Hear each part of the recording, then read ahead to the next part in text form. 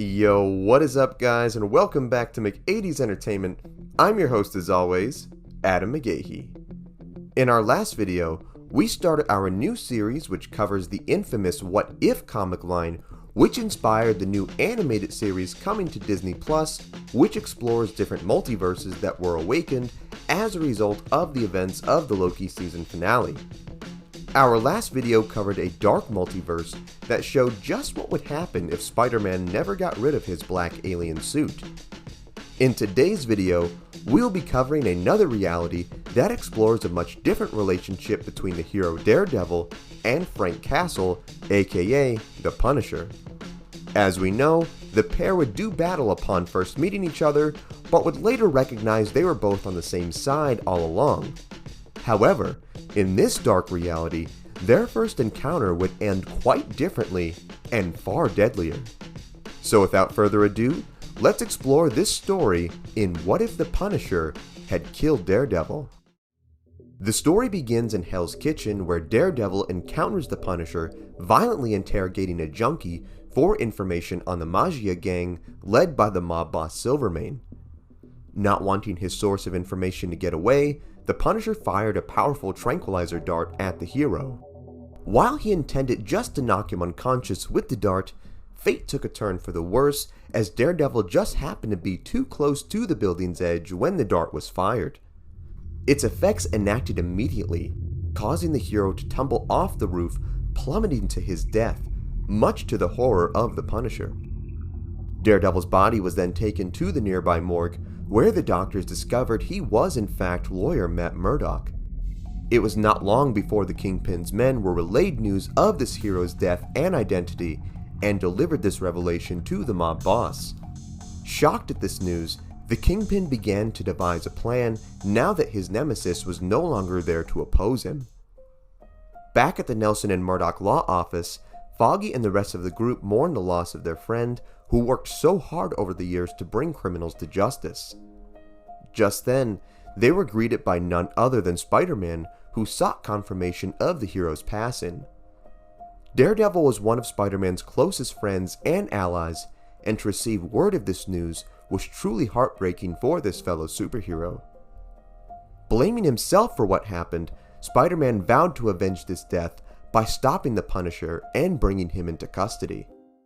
We then meet back up with Frank Castle, who has tracked a group of drug dealers on a nearby boat.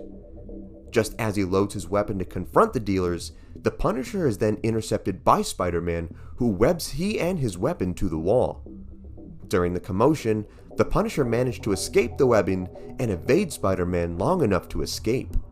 Knowing he was after him for what he did to Daredevil, he chalks it up to simply a casualty of war.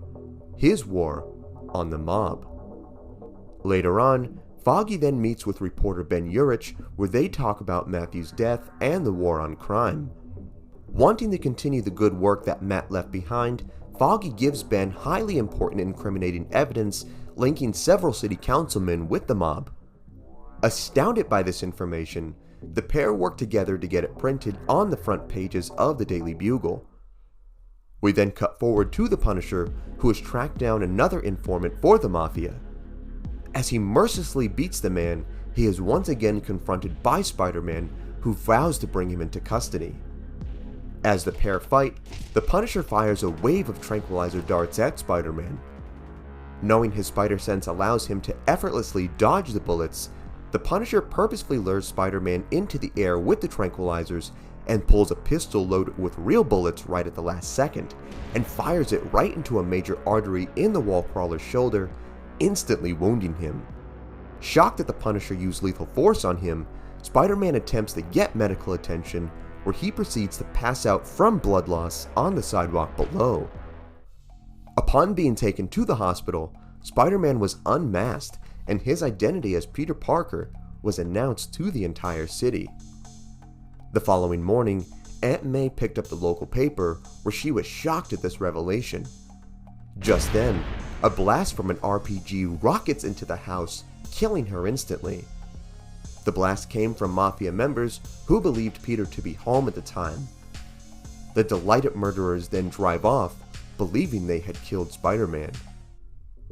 As the news continues to unfold about the local politician and their ties to the mob, New York citizens began to protest them, demanding that they leave office.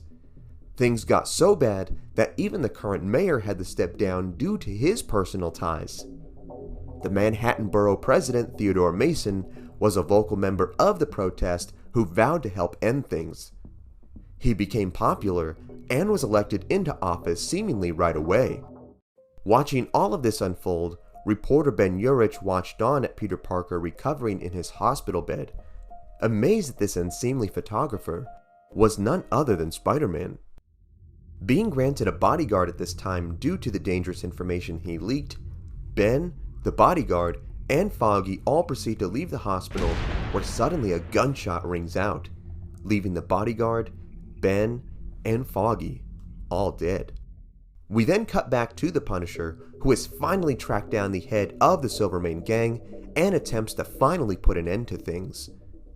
Seemingly not scared at all of Frank Castle, the mob leader tells him that all of this political news has left the Mafia in shambles, with their political figureheads in hiding and their leaders dead.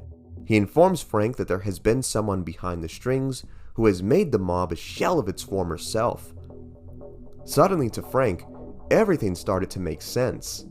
The gang war, the protest, and even the new mayor was all orchestrated by someone from the shadows. That someone being none other than the Kingpin. Enraged, the Punisher then goes to confront the Kingpin, where he is then greeted by a familiar voice. It is none other than an enraged Peter Parker who is finally awoken from his injuries.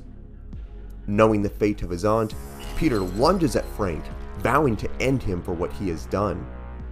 Not holding back, Peter pummels Castle, who is astounded at the truth strength of Spider-Man.